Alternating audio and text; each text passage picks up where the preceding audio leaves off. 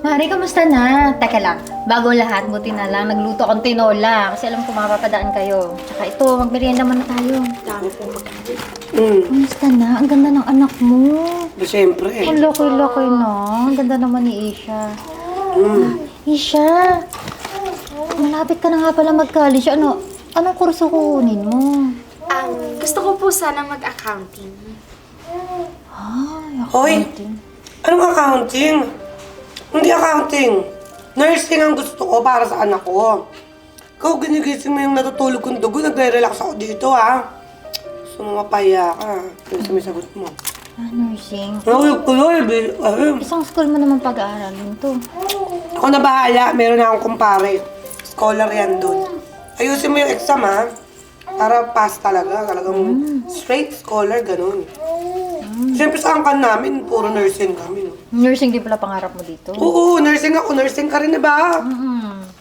Iwa nga tayo, eh. Yes. Ako na bahala dyan. Basic sa kanya yun.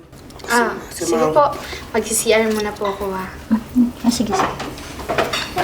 Naku, mag-ipon ka na para sa pang-nursing dyan. Ay, naku, basic sa kanya. Kaya nga pinag-exam ko ng pang-scholar, eh. Hindi maipintay mo ka na itong baliw na to. Kairita. Mari, napansin ko, parang nag-iba yung mukha niya. Parang ayaw niya ng nursing. Parang narinig ko ata accounting yung trip niya. Eh kung wala kami dito, sampal ko na yun para magtanda, eh. Nakakairita talaga yung ugali nun. Medyo matigas ulo. Pero syempre, babaliin ko yun, no. So, palayasin ko siya. Nakaka-accounting, nursing, ganun. Siyempre, Mari, kahit pa paano, di ba, alamin mo muna kung anong gusto niya. Malay mo, pinaaral mo nga ng nursing, magbulakbol naman kasi hindi niya nga gusto yung kursong binibigay mo. Alam mo, tinutuyo na yung anak ko. Parang hindi kita kaibigan, sumasabay ka pa. Huwag ka nang magpamerienda, uwi na kami. Kaya kung kami pangarap ko sa anak ko, parang hindi ka kaibigan. Sa akin lang naman, try mo muna alamin yung gusto ng anak mo. Para naman di siya nasasakal, di ba? Mag-mountain dew ka dyan, parang may mas kusang ka. Walang pakialaman. Ba't parang malalim naman ang naisip mo dyan? Hindi, wala.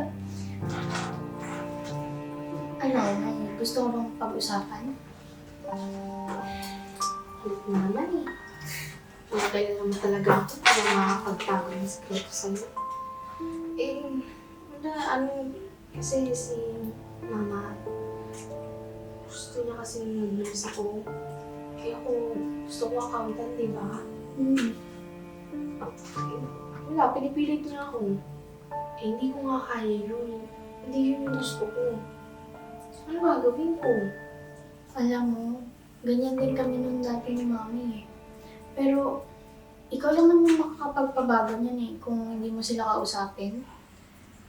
Alam mo, nung kinausap ko naman sila, natanggap din naman nila eh. Iba din gusto nilang kunin ko, di ba?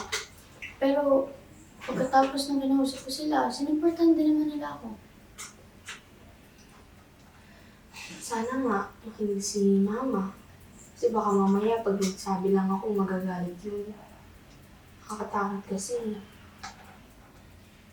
Try mo lang kausapin si mama mo para maintindihan niya rin. Sige, salamat ha.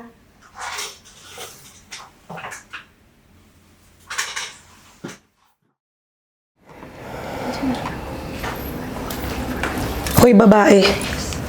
Ano to nakita ko? Bakit mo binagsak yung exam? Ha? Yun na nga lang pag-asa mo makapagtapos, para mapagmalaki kita eh. Anong katangahan yan? Hindi ko po mag-gets yung topic eh. Kasi boba ka.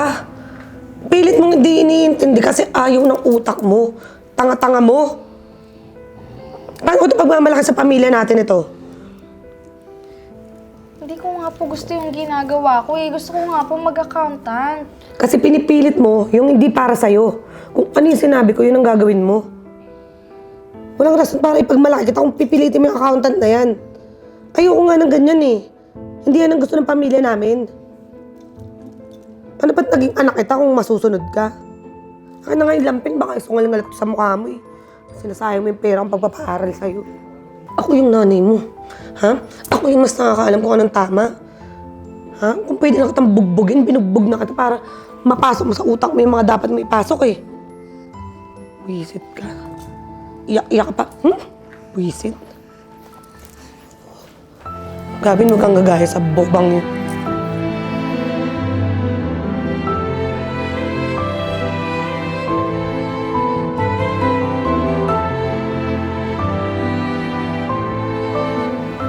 Hello po, sir. Good Yes po. afternoon.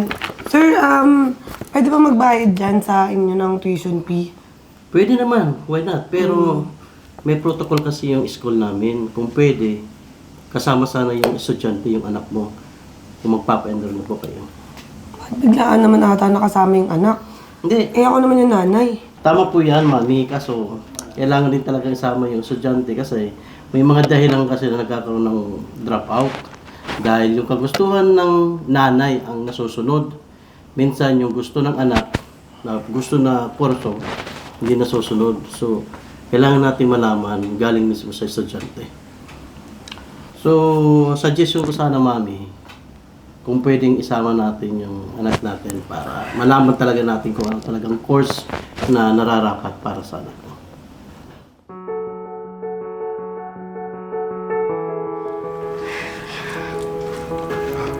Jalisha, halika dito. Umupo ka dyan. Bakit po? Eh, gusto ko itong makausap eh. Bigyan mo nga ako ng paliwanag kung bakit gustong-gusto mo yung course na yan. Ano ba meron dyan sa accounting at pinipilit mo yung sarili mo dyan? Ma, di ba si Papa bago siya mawala, ang trabaho niya, accounting? Tsaka mahilig siya sa mga numbers, matalino siya sa math.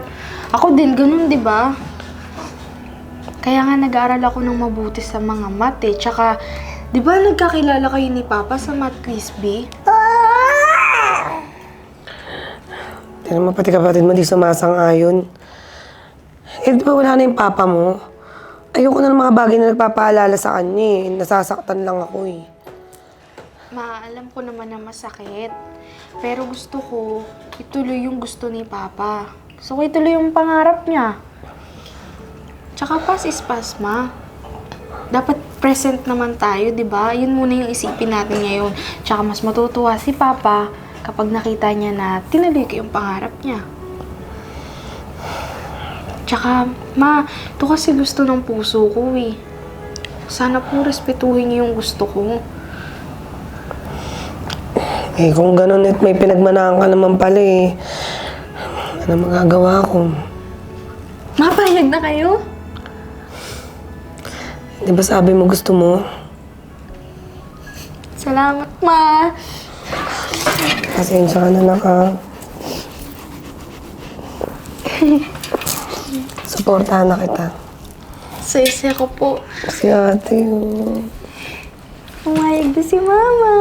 Pagbutihan mo ha. Apo, promise po pagbubutihan ko. Huwag ka na umiyak. Mag-review ka na dun. Thank you po. Kumain ka na muna dyan. Thank you po.